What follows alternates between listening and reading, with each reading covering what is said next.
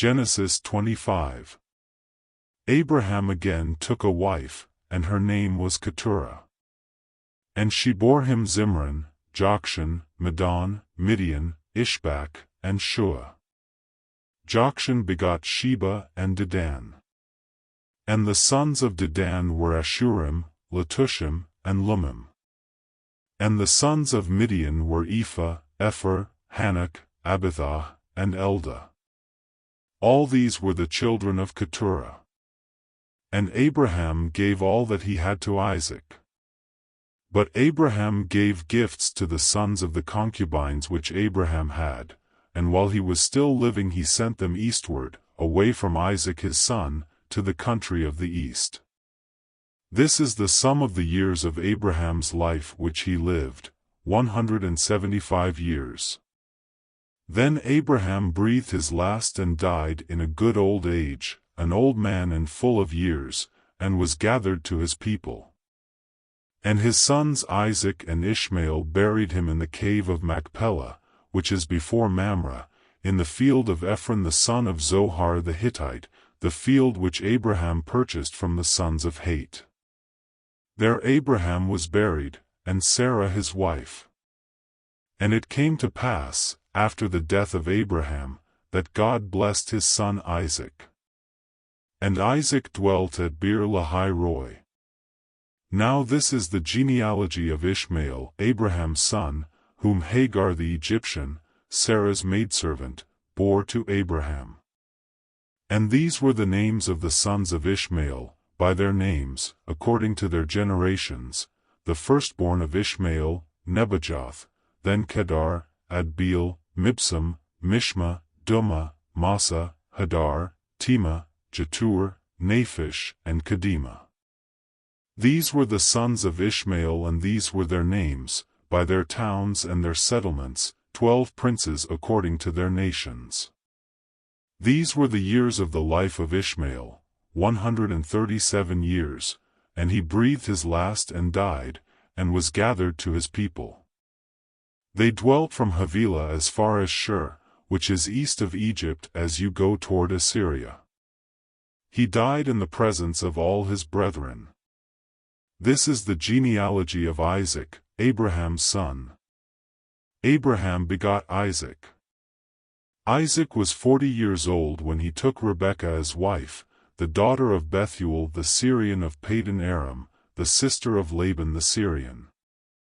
Now Isaac pleaded with the Lord for his wife, because she was barren, and the Lord granted his plea, and Rebekah his wife conceived.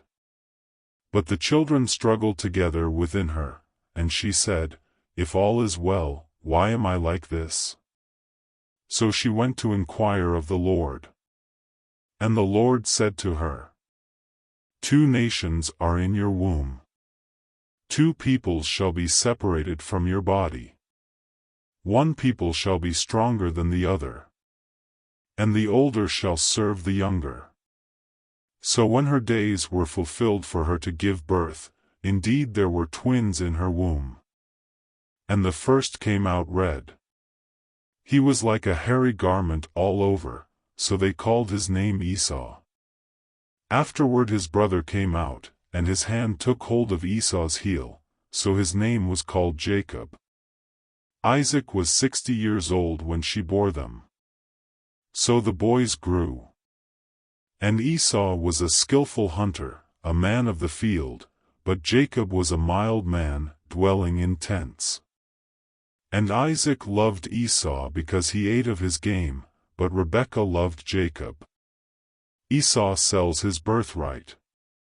Now Jacob cooked a stew, and Esau came in from the field, and he was weary. And Esau said to Jacob, "Please feed me with that same red stew, for I am weary." Therefore his name was called Edom. But Jacob said, "Sell me your birthright as of this day." And Esau said, "Look, I am about to die, so what is this birthright to me?" Then Jacob said, "Swear to me as of this day." So he swore to him, and sold his birthright to Jacob. And Jacob gave Esau bread and stew of lentils, Then he ate and drank, arose, and went his way. Thus Esau despised his birthright. Genesis 26. There was a famine in the land, besides the first famine that was in the days of Abraham. And Isaac went to Abimelech king of the Philistines, in Gerar. Then the Lord appeared to him and said, Do not go down to Egypt, live in the land of which I shall tell you, dwell in this land, and I will be with you and bless you, for to you and your descendants I give all these lands, and I will perform the oath which I swore to Abraham your father. And I will make your descendants multiply as the stars of heaven. I will give to your descendants all these lands, and in your seed all the nations of the earth shall be blessed, because Abraham obeyed my voice and kept my charge, my commandments, my statutes, and my laws. So Isaac dwelt in Gerar. And the men of the place asked about his wife. And he said, She is my sister, for he was afraid to say, She is my wife, because he thought, Lest the men of the place kill me for Rebekah, because she is beautiful to behold. Now it came to pass, when he had been there a long time, that Abimelech king of the Philistines looked through a window, and saw, and there was Isaac, showing endearment to Rebekah his wife.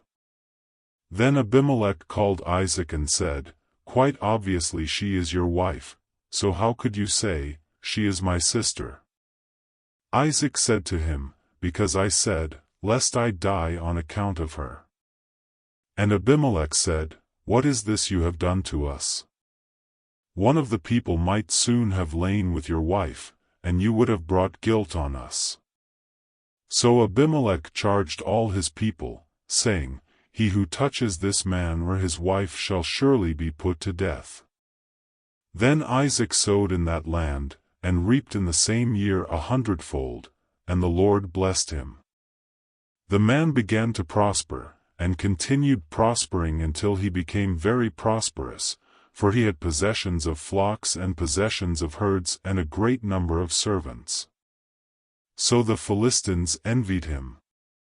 15 Now the Philistines had stopped up all the wells which his father's servants had dug in the days of Abraham his father, and they had filled them with earth. And Abimelech said to Isaac, Go away from us, for you are much mightier than we. Then Isaac departed from there and pitched his tent in the valley of Gerar, and dwelt there. And Isaac dug again the wells of water which they had dug in the days of Abraham his father, for the Philistines had stopped them up after the death of Abraham. He called them by the names which his father had called them. Also Isaac's servants dug in the valley, and found a well of running water there. But the herdsmen of Gerar quarreled with Isaac's herdsmen, saying, The water is ours. So he called the name of the well Ezek, because they quarreled with him. Then they dug another well, and they quarreled over that one also. So he called its name Sitnah. And he moved from there and dug another well, and they did not quarrel over it. So he called its name Rehoboth, because he said, For now the Lord has made room for us, and we shall be fruitful in the land. Then he went up from there to Beersheba. And the Lord appeared to him the same night and said, I am the God of your father Abraham, do not fear, for I am with you. I will bless you and multiply your descendants for my servant Abraham's sake. So he built an altar there and called on the name of the Lord, and he pitched his tent there, and there Isaac's servants dug a well. Then Abimelech came to him from Gerar with Ahuzzath, one of his friends, and Phicol the commander of his army. And Isaac said to them, Why have you come to me, since you hate me and have sent me away from you? But they said, We have certainly seen that the Lord is with you. So we said, Let there now be an oath between us, between you and us, and let us make a covenant with you, that you will do us no harm, since we have not touched you, and since we have done nothing to you but good and have sent you away in peace. You are now the blessed of the Lord. So he made them a feast, and they ate and drank. Then they arose early in the morning and swore an oath with one another, and Isaac sent them away, and they departed from him in peace. It came to pass the same day that Isaac's servants came and told him about the well which they had dug, and said to him, We have found water. So he called it Sheba. Therefore the name of the city is Beersheba to this day. When Esau was 40 years old, he took as wives Judith the daughter of Beeri the Hittite, and Basemath the daughter of Elon the Hittite. And they were a grief of mind to Isaac and Rebekah. Matthew 10 verses 1 to 31. And when he had called his 12 disciples to him, he gave them power over unclean spirits, to cast them out, and to heal all kinds of sickness and all kinds of disease.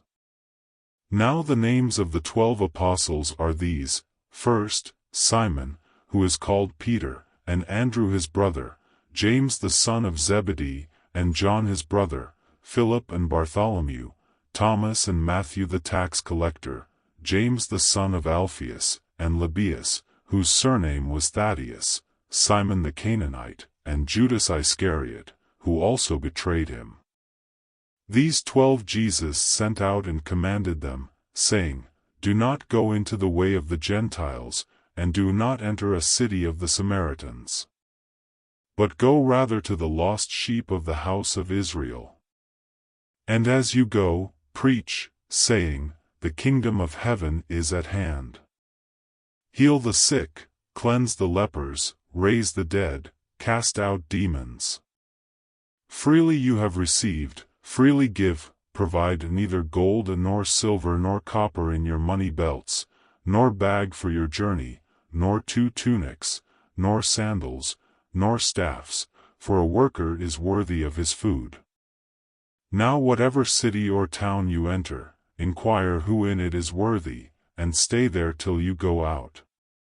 And when you go into a household, greet it.